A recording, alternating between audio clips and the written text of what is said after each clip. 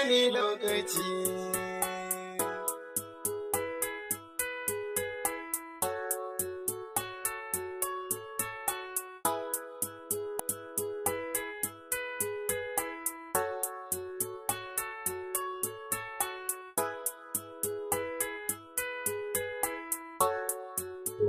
Me ya faru? Me ya same shi? Ko ya yi hatsarin mota ne? Ki bi komai a hankali mana. Ba na raba ɗaya biyu. Ko ma menene in Allah da za mu ji daga bakin shi.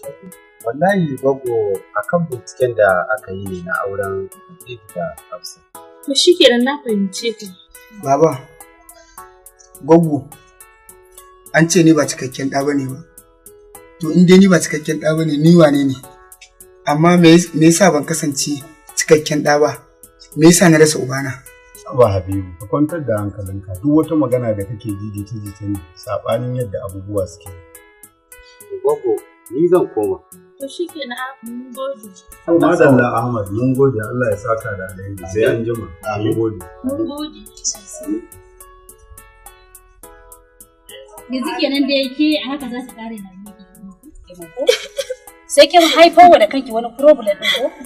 Sai in ta miki magana akan ki daina wannan kukan ba za ki daina ba. Ya haƙuri dan Allah dan Annabi ne wannan kukan. Hafsi magana da ke duniya ta ba tsau kusa da ni mana.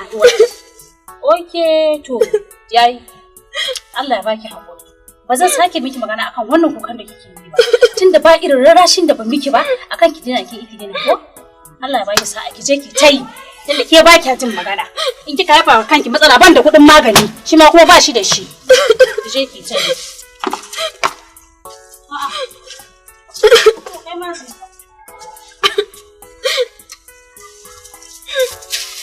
Aba an tafsa. Me ne kina damun kanki kike tukuka kina sa kanki cikin damuwa? Mahmud kenan. Ba za ku gane irin halin da nake ciki ba. Kawai ya kamata ku yi mun uzuri. Amma da irin wannan damuwar da kike sa kanki, ai gara ki addu'a ya kamata ki yi, Allah ya zaba miki mafi alkhairi, amma ba wai ki ta kuka ko ki sa damuwa a ranki. Kaga dan Allah Mahmud, ka je kawai nagode. Ka je. Au, har haka ma ko rana zaki ma kenan. Kenan. Allah ba ki hakuri. Ya kamata fa mu san abin yi fa kafin a kai kuɗi. Gaskiyanka, Usman, sai bida a da yin haka. To kun san dai shi kadai ba zai iya yakin nan ba. Dole ne sai mun dafa masa.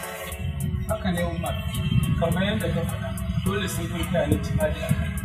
To shikenan, ni na yi alƙawari zan binciko ko wane ne shi Habib.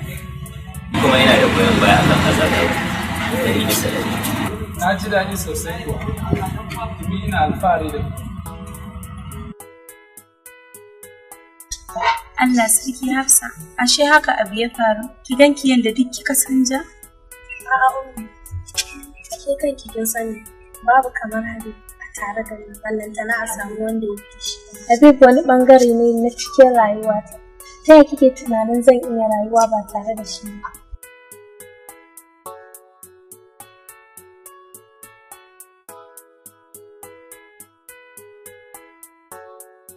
Yanzu saboda Allah sani kuna tare da bawan Allah nan za ka ba shi shawarar da zai so ka ba? Haba Adamu, shawara kuma tana kake so na ba ma ba. Kuma a cikin kai dora akan nawa na ku rika yi masa. To amma ya kun fi mu kusa da shi. Kafin sauraron magana ku zai fara amfani da ita ko? Da Allah ya gani fa na iya wata ba. Assalamu alaikum. Ashe kuna nan.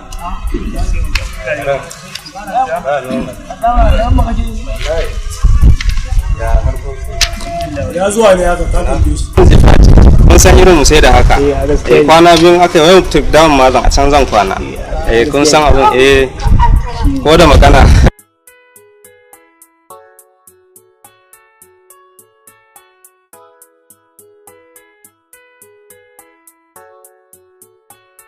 Yanzu shi Mubarak din ne ya gaya maka haka. Kwarai ba ko shi ya faɗa haka da shi.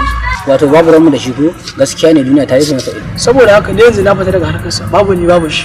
Oh, ai ba kai kadai ba. Ai mu kanmu yanzu ba mu tare da shi. Ko ya kace Adamu? Faɗi da ƙarfi ka ƙara da wayo Allah babu mu babu shi. Lalle ma wannan gaya. Ka rabu da shi babu komai Allah ya shirye shi inda aka yi zaɓa. To shi ke.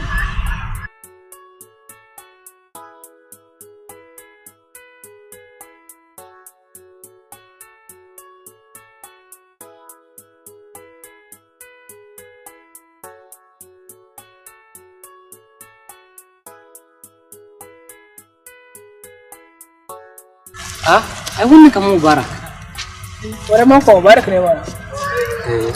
Sakamakon ban da lafiya, kuma kowa ya sani ban da lafiya na kamu da cuta mai karya garkuwar jiki. Saboda in kowa zai guje ni, ko bai kamata ka guje ni. Suleiman bai kamata ka guje ni ba. In kowa ya guje ni da duniya nan, kai bai kamata ka guje ni ba. Ina ai gudun ka ya zama dole. Lokacin da muke gaya ma gaskiya ka saurare mu, shi da ka je ka ɗebo cuta tukunna za ka zo gare mu? Ina ai ma shikenan